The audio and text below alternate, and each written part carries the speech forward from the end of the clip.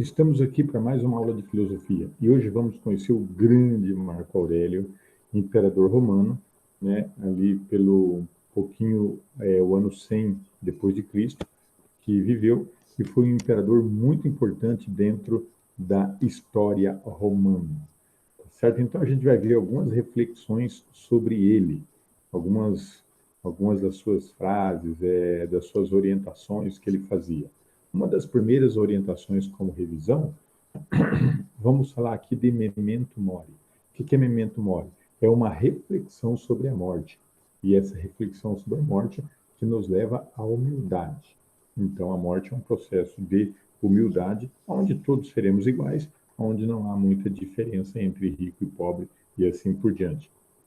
Segundo ele, o mundo exterior é aquilo que não podemos controlar. Eu não posso controlar o mundo aí fora, aquilo que vai acontecer, que está fora de mim. Porém, o que está no meu interior, eu posso controlar. Minhas emoções, minhas paixões e os meus anseios. E assim por diante. Grande imperador romano, nasceu no ano 121, morreu no ano 180, e de 161 a 180 foi o grande imperador romano, né? Da dinastia dos Antoninos. Ficou conhecido como imperador filósofo, ideia de justiça e de bondade. Foi seus principais atributos ou suas principais características. Foi um imperador romano muito importante. Ele foi o terceiro aí do sentido estoico, né, dentro da linha romana, e ele fez bastante estudos, principalmente estudos na área religiosa e na área científica. Um dos seus pensamentos primordiais, assim, onde ele começava a sua orientação aos seus soldados, aos seus súditos e assim por diante.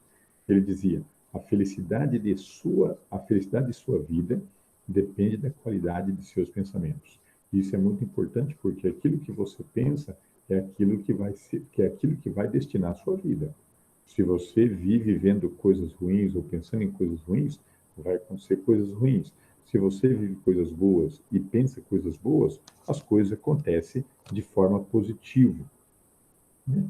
Outra orientação dele que eu acho legal é: pouco é necessário para uma vida feliz.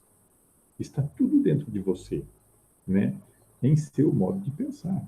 Então, para ele, por exemplo, as doenças, os males, as desgraças da vida, quem pensa é você. Você pensa e isso acontece. E segundo ele, nenhuma ação que você faça acontece antecipadamente ao seu pensamento. O seu pensamento precisa ser feito, você precisa fazer o pensamento para que depois você cultive isso e chegue a uma prática. Ó, não perca mais tempo discutindo sobre o que é um homem bom, ou como deveria ser um, seja um dele. Então, aqui é a questão do exemplo, principalmente com relação aos pequenos, que é muito interessante a gente observar, que a criança dificilmente ela vai viver aquilo que você fala. Difícil, muito difícil. Agora, um exemplo seu, ela leva para o resto da vida e ela vai viver isso. Então, na formação das crianças, isso é fundamental.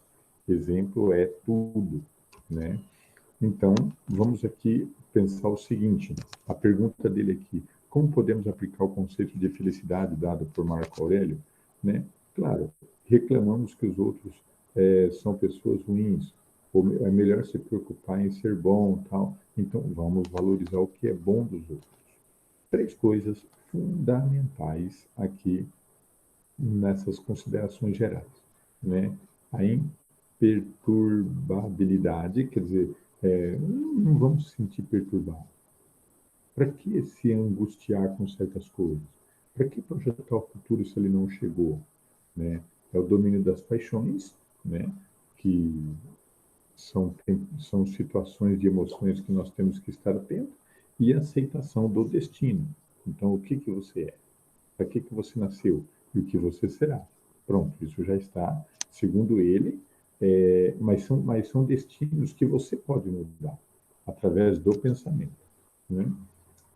E aqui ele vai fazer o estoicismo O estoicismo, o estoico, é moral, que o que é o estoico? É uma escola que existiu antes de Cristo, né? Ali pelo ano 200, 300 antes de Cristo, com Xenon, com Anaxagora, com outros filósofos que existiam, né? Ensine pelo exemplo, né? Eudainomia, que é isso aqui? É domínio de mim mesmo, como ser feliz, como ser que transmite felicidade, né? Pouca metafísica, então não ficar voando aí, sonhando no mundo das ideias, né? Ser duro consigo mesmo e suave com os demais. Muito bom esses 5 itens aqui, gostei bastante, né? E aí, dentro das considerações, aí, podemos olhar aí a questão da abelha, questão da abelha, questão da colmeia, né? O, o, a questão do trabalho dela, priorizar, priorizar o todo, o Estado, né? Priorizar aquilo que a gente vive, né? O benefício a todos, individualmente, também ganha. Então, quando eu priorizo toda a sociedade, eu vou abrir uma empresa. Para que eu vou abrir uma empresa? Para eu ganhar dinheiro? Não. Eu vou abrir uma empresa para beneficiar a comunidade. Eu vou abrir uma padaria. Vou abrir uma padaria, vender pão e ganhar dinheiro, ficar muito rico. Não. Vou vender uma padaria para ajudar o meu bairro. Quando eu ajudo o meu bairro, eu também vou ganhar individualmente. Então, essa ideia do todo, essa ideia do Estado, essa ideia de que a gente tem que progredir nesse sentido, né? Dizer para si mesmo ao amanhecer. Olha só que legal. Eu sei que eu vou encontrar pessoas indiscretas, eu sei que vou encontrar pessoas ingratas, pessoas grosseiras, velhaca, invejosa, ignorante, né? E aí ele diz: não temo, não temo, não temo, que me causa um dano algum, né? Por quê? Porque ele já sabe que ele vai encontrar. Ele já sabe que ele vai encontrar essa pessoa. Então, para que ele vai, né?